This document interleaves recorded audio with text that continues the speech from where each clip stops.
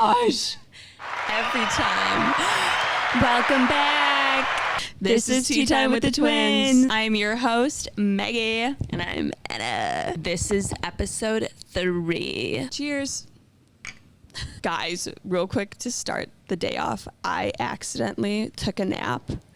And I swear to you, I thought I was down. I had the day off of work. Maggie was at work. I swear I was down for 15 minutes. But I have this thing when I take naps during the day, I literally go into sleep paralysis. And I'm like buzzing, bro. And I was like literally morphing into my sleep paralysis. And then I like jolted up. And I wake up 2 hours later. It was like literally 2.5. 5 missed calls from Maggie. And she's like, bro, if you don't answer the phone, I'm sending someone over to come knocking at the door to see if you're not dead. Dude, she literally... I do that all the time. The last time she texted or like responded to a text was at like 11 a.m. or something. And I didn't hear from her until like almost... It was literally... like 2 o'clock. It was like 1:30. And I was like, okay, she's either dead or she's in one of her sleep paralysis naps. There's no in between. So I was like trying to call her to wake her up just to confirm. So I had the peace of mind because I was like, and of course my phone is on silent. Yeah. Because I never have the ringer on. So that was annoying. But anyway, I am drinking OG lemon ginger. And then I also have it mixed with like a cinnamon apple spice. I'm not quite sure if like what the benefits are for that. But I think that's just for the benefits flavoring. are just to like make you feel like everything's going to be okay. Mm-hmm. And then I'm drinking raspberry leaf tea for your menstrual cramps. Mama's needing it right now. And I mix that with an Egyptian licorice. So good. So foreign. Good. So foreign. So mysterious. Anyway. Well, I'm excited about this podcast because we didn't even prep for it. So this is just raw, authentic, organic material. We're just going to be doing some Q&A for funsies. We had Megan McKay, shout out, Queen Megan. She sent over a list of some questions that for us to ask each other. And then I also did some research. So we're just going to randomly pick and then we just have to answer on the spot. It's going to be so fun. Question. This is like I'm nervous. 2-in-1 little question. What is one thing you've learned from female friendships, and what is one thing you've learned from male friendships? Wow. Maybe we should have prepped for this one. Female frenzies. I love when females come together in this bond of womanhood and feminine divine, and there's no judgment and there's no competition, and it's just like beautiful. It's literally just beautiful, and it's just like woman being woman and loving each other and caring for each other and wanting what's best for each other. Yeah, and supporting one another. And also I choose intelligently, because I'm over the drama and I'm over the going behind people's backs, not being accountable for things. So that's why we have a very small friend group. And for male friendships, obviously men and women are different, so I always love hearing things from the male perspective. Usually I tend to be a bro, which is sometimes bad in my case, but I just love like the chillness with guy friends, because you can just like say whatever you want, be whoever you want, and I know I said there's no judgment from women, but also there sometimes is. But with men, it's always just like, we just vibe. Especially like, however, also guys are like funny. Yeah. And I'm funny. So when we put those two together, it's just magical. However, someone in my life once said, and I never used to believe it, but now that I'm older, I believe it. Guys and girls can never just be friends. Because the guy always falls in love. Not the girls, just the guys. Girls, just the guys. No, but it can get tricky sometimes. But I just want to say to the guys in my life who have known their place and just stayed with friends, Andrew Pinto, who's becoming a priest, I love him. Okay, this is my question. What moment or experience has made you feel most alive? I have one, so you have to hurry up and answer. I feel like it was something in Europe. Mine was in Europe. Okay, well then say it because it's probably the same as mine. But Okay. if you say it, they'll be like, oh yeah. So when we were in Paris, we had a reservation at this hidden restaurant, rooftop restaurant. And we were confuzzled because we didn't know how to get there because the place that it said it was at was in this like big 5-story bookstore clothing shop. And so we were trying to like figure out where to go. Yes. And so we just walked in and we just were like, okay, if it's rooftop, obviously let's get to the top. So we just took all the escalators up and you go through like this little back door once you get out of the or get off the escalator. It's like this back hallway, back door thing. And you open the door into heaven and it is like this greenhouse paradise. Yeah. And you can't really see anything yet because it's just covered in greenery and flowers. And then you walk through this like garden entry hallway and you get to like this balcony and you literally can see Overlook all of Paris. You can see Notre Dame. Notre Dame. Sorry. You see the Eiffel Tower. Just like everything. And if you guys... Let me finish. Okay, sorry. And we walked over to the balcony and this was me, Maggie, Josie, and Megan, all just were standing there in complete and utter awe. And I was like, we made right it. here. We made it. This is what life's about. It's not about just like staying in your 9 to 5 and only seeing a cubicle your whole life. Like I believe that we were meant to explore this world and travel and do great things. And like and that was one of the moments where I was like, this is literally the most beautiful thing I've ever seen. And I was like, this is what life is about. And I never thought I would make it to that point. Like I never thought I would go to Paris. And I didn't think she was even going to get on the plane. I didn't even think I was going to get on a plane because I'm scared of flying. But it was so... It was breathtaking. It really was breathtaking. It's so fun learning about different cultures. And you realize ours is so pathetic. Like, no offense. Love America, go USA forever. But because we went Europe. Went from Paris to Italy. And then we flew out of Switzerland. We flew out of Milan. To Atlanta, Georgia. But listen, Milan is like the capital of fashion. And so everyone is dressed to the nines. We were not because that was a bad day. We were going a bad day. But we went from there and flew into Atlanta, Georgia with like dirt food. And I was like, I am moving out of America and never going back. I would have to say same. Another time, we were still in Paris. It was a Sunday. Me, Anna, and Josie went to church. And then Megan went to like a coffee shop. And she was like, just meet me there after. And so like, okay. And so we were sitting in this like cute little coffee shop and we ate lunch. Probably the best meal I had there was that salad. Oh my God. I still think about it. I literally still think about it to this day. And that's where our love of horseradish honey mustard came to be. Yes. Because that's our little thing. They put it in everything over there. It was so cool. But anyways, we had a window seat and all we did was just like talk, chat, drink coffee, eat lunch. And we were just people watching. There's so many different ethnicities there. So many different. Everyone has their own life. They're doing their own thing. And I was just sitting there watching.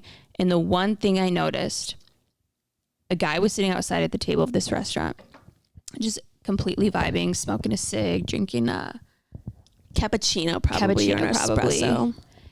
And he was just sitting there and he had just like a little smile on his face. And he's like looking around.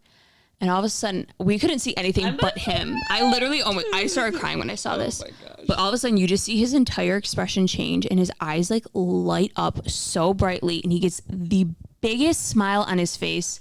And then coming from behind us outside, this woman walks up to him and they like melt into each other and they had the best hug of their lives. They started crying.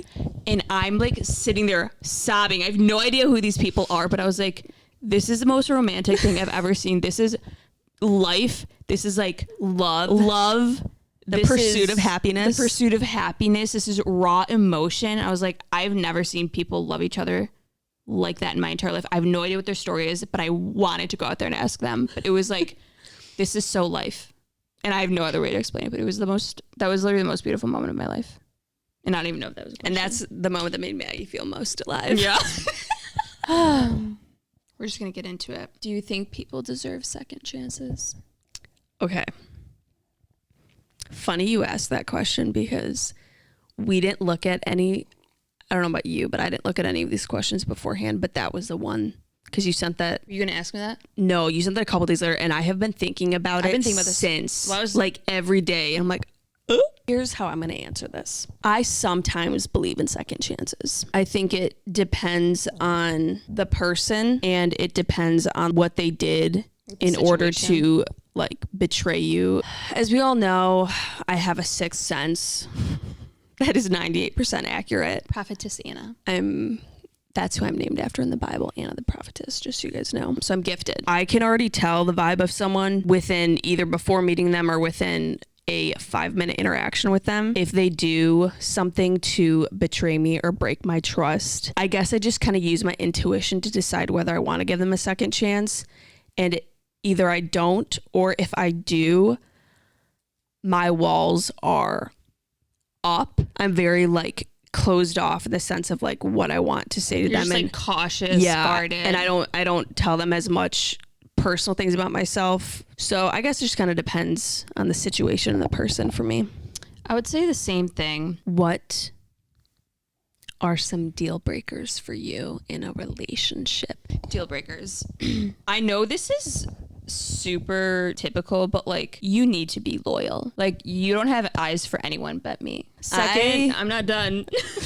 I would really enjoy it if you were Catholic. I would like for my significant other to believe in the same things as me and revolve our relationship around God and around our faith, because I think that's the best way to grow. Oh, deal breaker. You have to get along with my family, but mainly you have to get along with Josh, Kevin, and Sam for sure, because they're my besties. Sam's literally not even, he's our cousin, but like We've basically literally been my best brother. friends since my brother.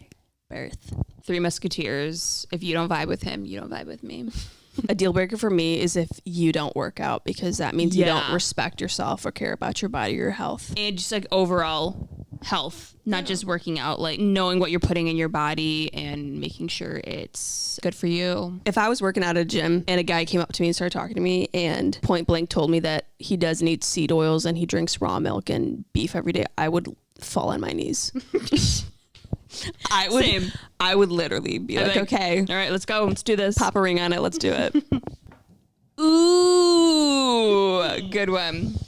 This is also a 2-in-1 special. What's your physical insecurity and what's your environmental insecurity? Physical insecurity. Wow. I'm just going to be straight up, low key, like the cellulite on my legs. I don't know why it's there. It won't go away. But I'm not a fan of it. So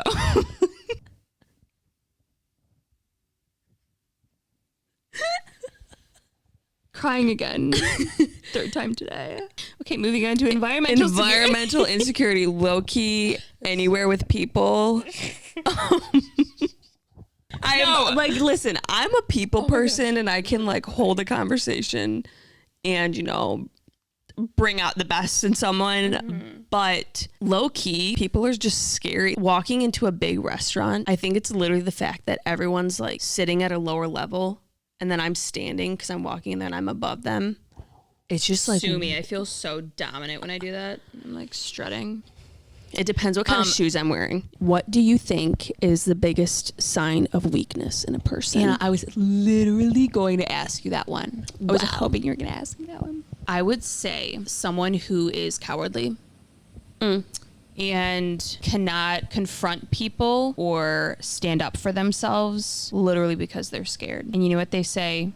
They say, speak even if your voice shakes. I actually think that's in the Bible. And, you know, I really like that because it's like sometimes you got to do the hard thing, even if you're scared to. And you always feel so much better too when you like stand up for yourself or like confront someone about something. It's very empowering. What makes you nervous? A phone call from someone I wasn't expecting. Honestly, to like build off of the last question, confronting someone or speaking up for yourself, like, yes, it makes me nervous, but I do prefer doing it anyway because I think it's necessary and I like to stand up for myself personally. So I don't know why, but I kind of get a high off of confronting people. Yeah, during like, and after. excited. During and after, but before I'm like playing it all out in my head, and then right before I'm about to, I'm like, oh shoot, this is kind of scary. But then I do it anyway. But yeah, it makes me a little nervous sometimes. But don't hold it against me. I will win the conversation. Okay, this question goes out to both of us because I want to answer it too. But what is one movie that is so sad that you will never watch again? We Are Marshall. Broke me. We watched it once. And I was physically depressed because I was like, that was the first time I think that I ever really understood what death meant. Like, you are never seeing those people again. And it is so sad. It's so sad. So watch it once, never again. Yeah, well, that one hurt. What do most people overestimate or underestimate about you? I'll tell you. The underestimate one, I make myself seem a little like ditzy. But we're goofy. We're goofy. We're silly. Yeah. We're fun. So people just automatically assume I'm an idiot. But I'm actually like pretty smart. And I've got a great head on my shoulders. And there's just some people who think I'm just like a blonde little gal pal who doesn't know anything. And it's so funny when I actually like show them that I'm an intelligent woman. They're like, wow. Overestimate, actually, I would say people can think I can back squat way more than I can. Oh yeah, dude. I can't back squat anything. Here's my thing. I probably can. I'm only at 145 right now, which is like, but actually 150, sorry. This is me and Maggie. We like go to the gym and we don't work out with each other. We do our own thing. And I'm like too scared. I know I have the little racks that if I fail, they're going to hold up that barbell. But I just like the idea of like dropping failing and failing. I'm kidding. Couldn't be me. No, but just like I get scared when I put on too much weight and I don't have a spotter. Yeah. So and I don't know why I can't ask someone in the gym. Yeah. That's part of my like antisocial little part about me. I don't know. I feel like that's so normal that people do that, but I just can't. I don't know what's wrong with me. Okay. How do you handle frustration? This is my flaw. I'm overdramatic.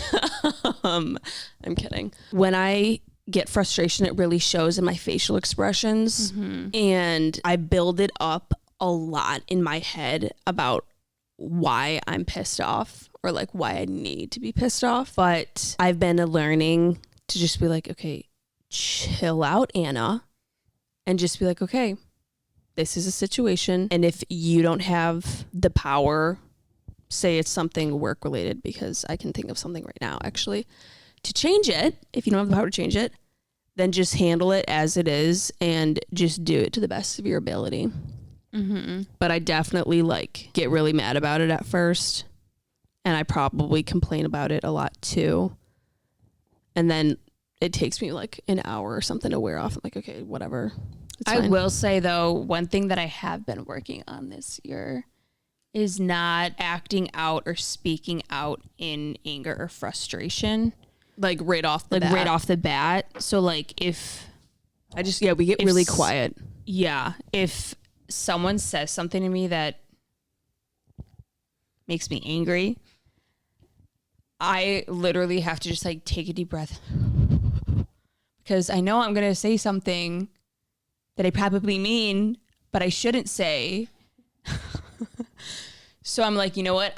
Just give me a second. Let me just wrap my mind around your concept, and then I'll respond in like 2 to 3 business days. Remember that situation that happened at the one place that we worked over during the summer with what's her name? There was a situation that happened at a workplace that's not where I currently work right now.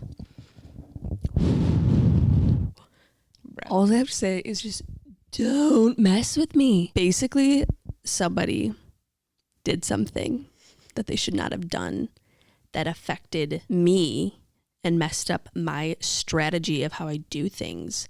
And I didn't know. And it like looked bad on me, and it looked like I was doing my job incorrectly. And I went through the roof. like through the actual roof. And my manager came up to me and he's Like, Anna's face was red. like I was like, I think there was smoke coming out of my ears. And my manager came up to me. He's like, what happened? And I was like, bro, I was like, I literally cannot talk to you right now. I was like, I actually need to cool off because I'm like super heated right now. He's like, oh, okay. And then I when cooled the manager's off. scared of you. And then I cooled off and then I like could breathe again. And I like went and talked to him. He's like, and I respect you so much for like doing that, for like holding off and like cooling down and controlling your temper. He's like, that was just very like mature and responsible. I was like, thanks, bro. But I was like, I have not been that angry in so long. I will admit, you're pissed. Oh my. What is something you tried really hard to like, but just could not?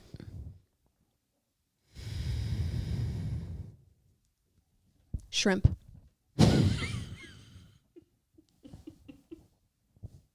What makes you different than most people? I think that I'm very real and down to earth, and I say things how they are, and I'm going to say what everyone else is thinking. Like, not in a weird way, but just like, no one else is going to say it. I'll say it, you know?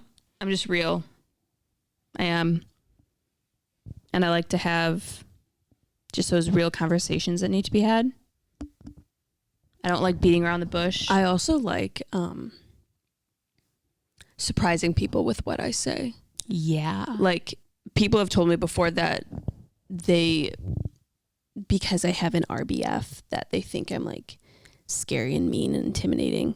But I'm very willing to make friends with everyone. Like, I don't like having enemies. I don't like having grudges with people. I don't like any of that stuff because it's just like, I don't need that drama in my life. I don't like when people don't like me, because then I will do everything in my power. But dude, just please like me. Is suffering a normal part of life? Yes. Do you care to elaborate on that? Yes. Or no, I don't care to elaborate. I think that in order to get what you want out of life, you need to suffer. I also think in order to grow, you need to suffer. Yeah. And we can take this back to a biblical standpoint. All over the Bible, God tells us, like, basically following me isn't going to be an easy path. And you can see in all the stories of the Bible, every saint, so much everyone is suffering. And I think that suffering is a good thing and God gives us suffering because it's a lesson that he wants us to learn. And it's a way for us to grow in ourselves, but also grow closer to him and see if we are willing to go down that path to trust in God and live a life of peace and joy, love. That was very nice. I have one, and we're going to have the same answer. Is there a specific artist, song, film, or art piece that has stuck with you? If you don't know this answer. Friends? Pride and Prejudice. That movie, if you want to know me, just watch the movie. Also, in regards to significant others, this is a non-negotiable. If you can't watch this movie with me and you don't enjoy it, then we don't have a future together. I'm not kidding. No, I know. I can recite that movie word for word. I can reenact it. I can play Mr. Darcy and Elizabeth at the same time. I love that movie so much. I can watch that movie every single day and not get sick of it. No, It's but just, even guys, people see it as like, oh, an old fashioned movie. No, it's like so it is in deep and artistic. And now that I'm older, I actually know what they're saying. Like, Like, when I just was the young, whole cinematography of it, the lighting, the colors, the scenery, the rain, the soundtrack. It's so exciting. like, that movie has bewitched me body and soul. most certainly. Wow. Wow. Okay, this is more of like a funsies one. What TV show would you want to be in? I would say either Friends, because I love their friend group, or Suits. Oh. Or you? I was going to say The Outer Banks. Oh yeah. I would so love to be a Pogue. I would love to show up in season 4 as like the mysterious island girl that JJ falls in love with. I could see myself doing that. You guys? Anyone else? What were the last 2 books that you read, and why don't you just tell us about them and what they were about? Okay. Well, one that I'm currently in the middle of reading, but I'm almost done with it, is The Power of the Subconscious Mind. I started reading it. It is such a good book. I highly recommend it to everyone. And it's basically a book about how you can do whatever you want because your mind's in charge and the outside circumstances do not matter. There are many stories and like based on true stories with data and stuff to back it up of doctors who put their patients into a hypnotic state and say they have a tumor or something. He takes out the tumor, but they literally, it's like a mental anesthesia.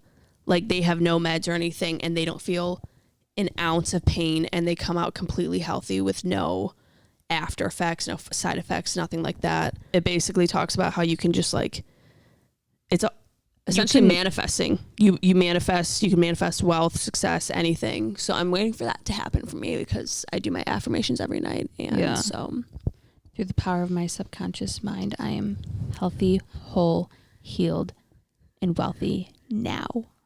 And so it is. I attract prosperity and abundance. I manifested not having a hangover after our work party and it freaking worked. So this is real. Yeah, because we were actually going to go play poker but after. I love how I say I never drink, but this was one time.